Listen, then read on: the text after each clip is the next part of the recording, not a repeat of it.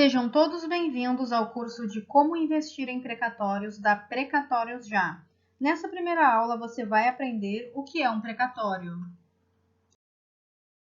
Precatório é uma ordem de pagamento expedida pelo Poder Judiciário para a cobrança de valores devidos pelos entes públicos após decisão judicial condenatória e definitiva, que possibilita à parte vitoriosa receber o crédito da condenação, ou seja, é o reconhecimento judicial de uma dívida do ente público com o autor da ação e que não cabem mais recursos, pois toda a discussão já foi superada. O precatório está expressamente previsto no artigo 100 da Constituição Federal. E funciona assim: após decisão judicial definitiva que condenou a União, Estado, município, autarquia ou fundação pública, o juiz encaminha ao presidente do tribunal o pedido para expedição do precatório.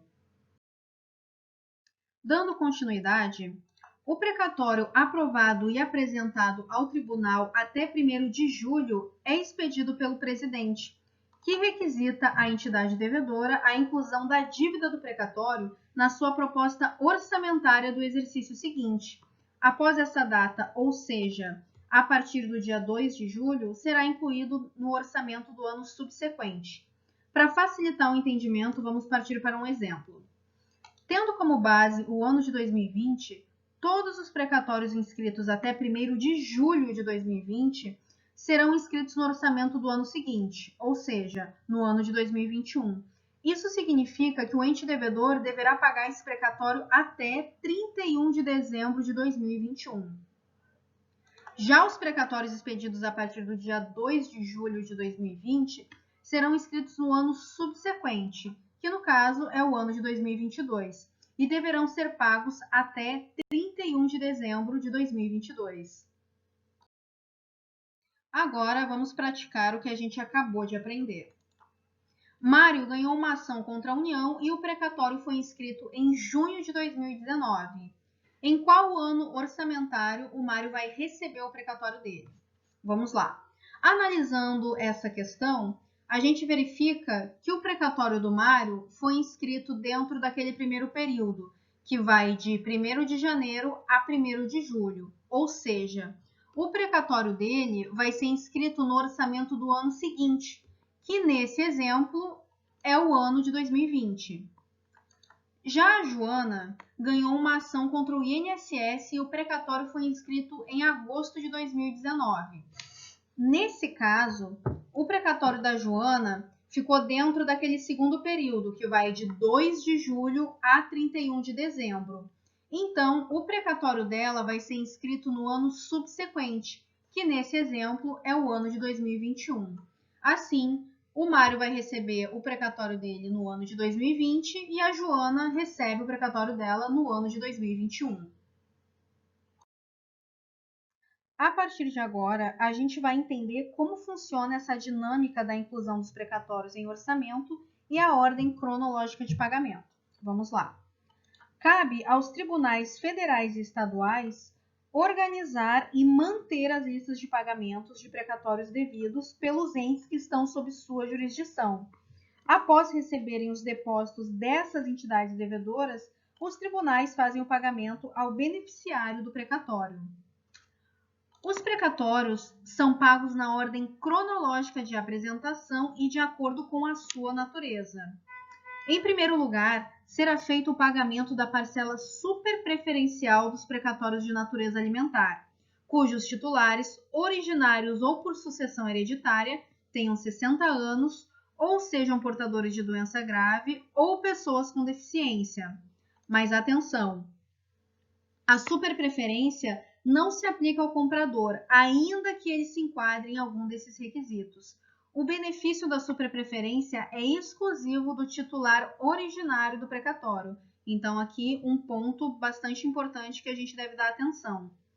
Seguindo, depois vão ser pagos os precatórios de natureza alimentar, que são os decorrentes de salários, pensões, benefícios previdenciários, entre outros. E, por último, todos os outros que recebem a qualificação de natureza comum, que são os decorrentes de desapropriações, repetição de tributos, etc. Agora vamos a mais um caso prático para consolidar o entendimento.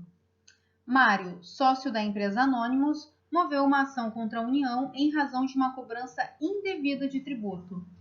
Qual vai ser a natureza do precatório do Mário? Vamos lá. No caso, o objeto dessa ação é a cobrança indevida de tributo. Conforme a gente viu anteriormente, a natureza a ser atribuída a esse precatório é a natureza comum. Joana, pensionista, moveu uma ação contra o INSS pleiteando as parcelas atrasadas da pensão de seu falecido marido. No caso da Joana, o objeto da ação seria as parcelas atrasadas de uma pensão por morte, que neste caso vai atribuir ao precatório dela a natureza alimentar. As condenações de pequeno valor não são cobradas por meio de precatório, e sim por meio da requisição de pequeno valor, a RPV. O limite de RPV é de 60 salários mínimos para órgãos da União, 40 para os estados e 30 para os municípios. Mas atenção, no caso da fazenda estadual, distrital ou municipal, esse teto máximo para pagamento por meio de RPV pode ser alterado pelos entes federativos através de lei própria. Assim, a gente vai considerar o teto aqui indicado somente na ausência de uma lei que imponha outros limites. Agora, vamos à prática. João ganhou uma ação judicial contra a União no valor de 50 mil. Conforme a gente viu no slide anterior, o teto da RPV na Fazenda Nacional é de 60 salários mínimos, ou seja, a indenização do João ficou dentro desse teto. Assim, ele vai estar recebendo através de RPV. Já a Maria ganhou uma ação judicial contra o Estado de São Paulo no valor de 50 mil reais. A gente também viu que no caso das fazendas estaduais, o teto da RPV é de 40 salários mínimos, caso não tenha uma lei que imponha outros limites, que é o caso do Estado de São Paulo. Inclusive, uma lei que foi aprovada recentemente, em novembro de 2019, diminuindo o teto da RPV. No momento em que eu gravo essa aula, o teto da RPV do Estado de São Paulo é de aproximadamente 12 salários mínimos. Ou seja, a gente verifica que a indenização da Maria extrapolou esse teto. Assim, ela vai estar recebendo através de precatório. Agora, a gente vai conhecer os regimes de pagamento de precatórios. Há dois tipos de regimes, o geral e o especial. O regime geral ou ordinário é regido pelo artigo 100 da Constituição. Nesse regime, após a inscrição do precatório em orçamento, o ente devedor deverá efetuar o pagamento do precatório até o fim do orçamento em que ele foi inscrito. Esse prazo limite vai ser definido a partir da data em que o precatório foi inscrito em orçamento.